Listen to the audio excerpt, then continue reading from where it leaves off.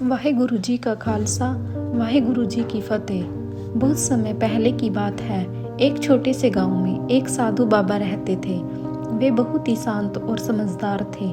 लोग उन्हें अपने दुखों का हल पूछने के लिए आते थे। एक दिन एक युवक जिसका नाम रमेश था बाबा के पास आया। उसका चेहरा उदास था और वह बहुत परेशान दिखाई दे रहा था। रमेश ने कहा, बाबा, मेरी जिंदगी में बहुत दुख है। हर कदम पर परेशानी आती है।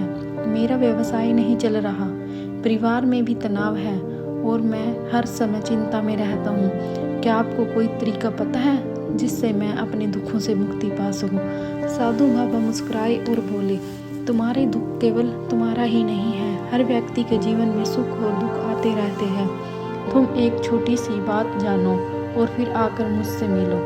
रमेश ने उत्सुकता से पूछा, वह क्या बात है बाबा? साधु बाबा ने उसे पास के एक पहाड़ी रास्ते पर चलने को कहा। वे दोनों वहां पहुंचे जहाँ एक नदी के किनारे कुछ लोग मछलियां पकड़ रहे थे। बाबा ने रमेश से कहा, यहाँ इन मछलियों को देखो। ये मछलियां कभी सुख में नहीं रहती, न कभी दुख में। इनका जीवन बस पानी में तैरने का है। फिर बाबा ने रमेश को एक छोटी सी लकड़ी का टुकड़ा दिया और कहा, अब इसे नदी में डालो।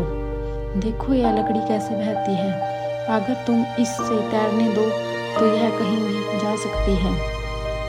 उसी तरह अगर तुम अपने दुखों और सुखों को समय के साथ बहने दोगे तो तुम भी जीवन के प्रवाह में शांति पा सकोगे।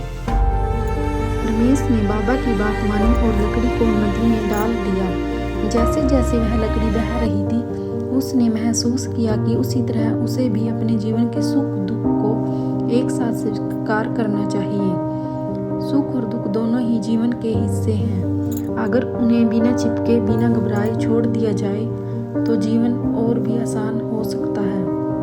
बाबा ने कहा, तुम्हारे दुख का हल तुम्हारे भीतर ही है। जब तुम अपने मन को शांति से भरोगे तब तुम देखोगे कि सुख और दुख दोनों ही एक जैसे हैं।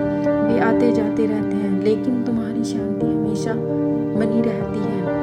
रमेश ने बाबा का आभार माना और लौटते समय उसने अपनी परेशानियों को हल्के मन से स्वीकार कर लिया। उसके जीवन में बदलाव आने लगा। वह समझने लगा कि जीवन में सुख और दुख दोनों ही अस्थायी हैं।